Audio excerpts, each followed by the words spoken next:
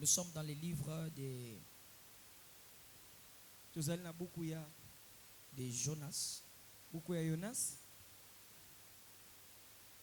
Nous prenons les versets 4. Chapitre 1er, le verset 4. Jonas, chapitre 1er, le verset 4. Nous lisons la parole de Dieu dans le nom de Jésus. Je ne t'ai pas entendu. J'ai dit nous lisons la parole de Dieu dans le nom de Jésus. Mais l'Éternel fit souffler sur la mer un vent impétueux. Et il s'éleva sur la mer une grande tempête.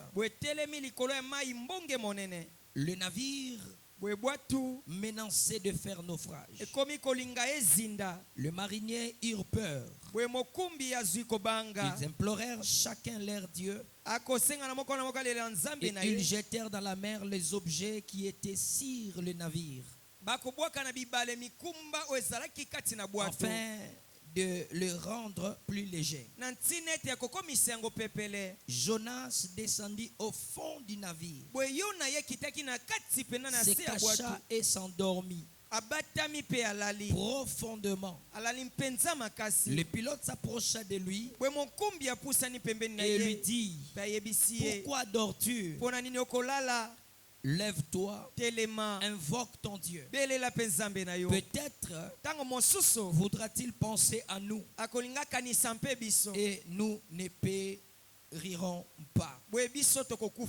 Seigneur, donne gloire à ta parole. Nous voulons parler de ta part, Jésus.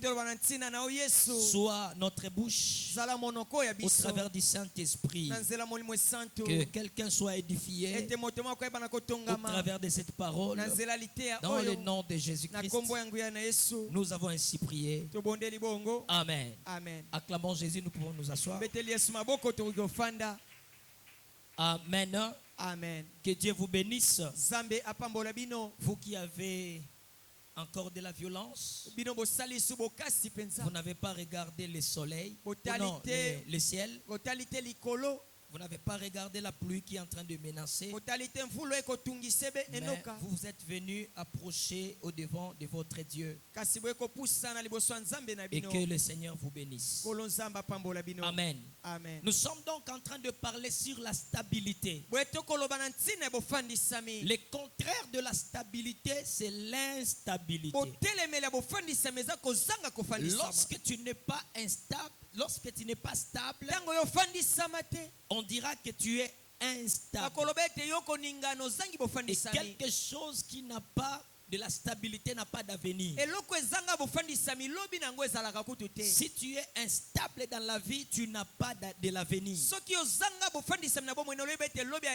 Pourquoi? Parce que chaque fois où le vent viendra, tu seras secoué et jeté n'importe où, là où le vent t'amènera.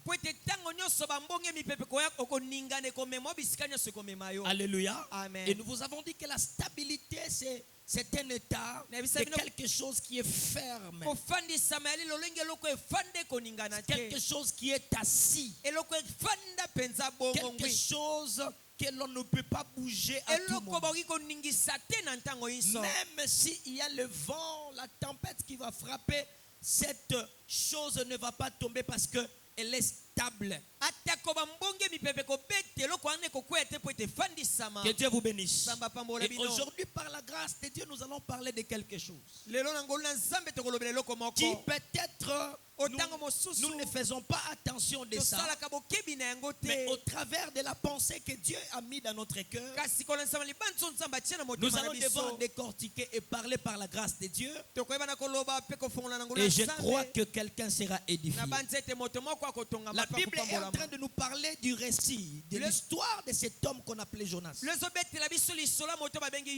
vais vous épargner de tous les détails, parce que nous ne sommes pas dans sa mission. Mais il y a une pensée que nous voulons dégager dans la vie de Jonas.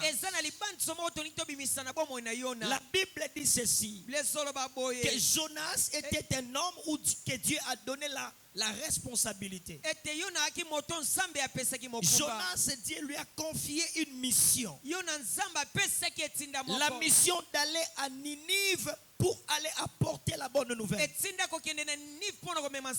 Le Seigneur lui a parlé de quitter l'endroit où il était pour qu'il parte, n'est-ce pas, à Ninive pour prêcher la bonne nouvelle. Prêcher la repentance aux habitants de Ninive. Mais malheureusement, Jonas a pris la poudre escampette.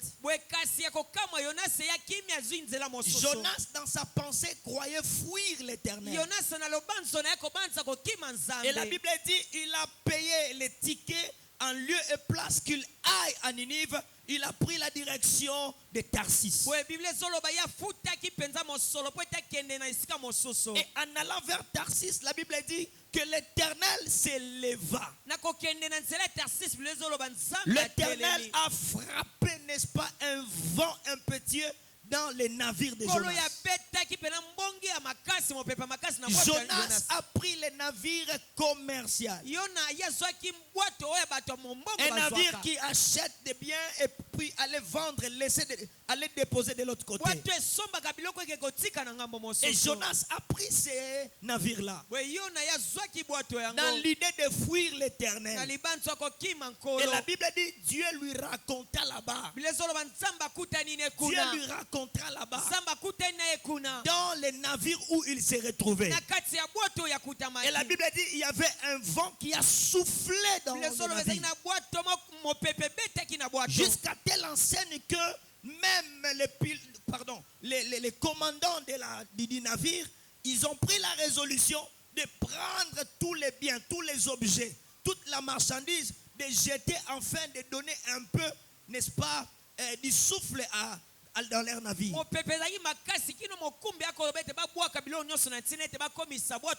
Mais malgré ils ont jeté tous les objets qu'ils avaient, il n'y avait pas de l'apaisement. La Bible dit les navires étaient instables. Ces gens ont eu peur. Et c'est qui a attiré mon attention. Tout le monde était en train de prier dans les navires. Chacun d'eux était en train de prier. Les commandants du navire, tout en priant, il a senti qu'il n'y avait pas la paix. Et il est descendu en bas du navire. Il est allé trouver un homme qui était assis. Il dormait. Le commandant était en train de lui réveiller. Il lui demande, mais toi qui es-tu? Toi tu ne vois pas la situation qui nous est arrivée. Comment le navire qui est en train de vouloir faire naufrage, mais toi tu dors. Et n'est-ce pas, le commandant du navire lui a dit, lève-toi. Toi aussi prie ton Dieu. Peut-être ton Dieu va nous délivrer de cette instabilité. Nous sommes en train de parler sur la stabilité. Le commandant savait, peut-être poussé par l'esprit de l'Éternel, a poussé Jonas à prier. C'est comme si son esprit lui attesta que c'est Jonas qui était le problème. Mais malgré toutes les prières, rien ne s'est fait. Il n'y avait pas de l'apaisement. Les navires continuaient toujours, n'est-ce pas, à tergiverser au-dessus des eaux. Que Dieu vous bénisse. Que Dieu vous bénisse. Je ne suis pas là-bas, mais j'aimerais parler à quelqu'un. Dans ta vie, certaines instabilités qui est entré dans ta vie, tu marches avec qui? C'est très important. Ici, je prends les navires comme étant ta vie. Il ne faut pas que dans ta vie que tu fasses embarquer tout le monde. Beaucoup de personnes, leur vie n'est pas stable à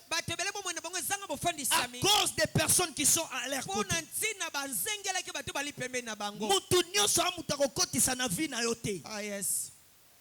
Est-ce que quelqu'un comprend ça? Amen.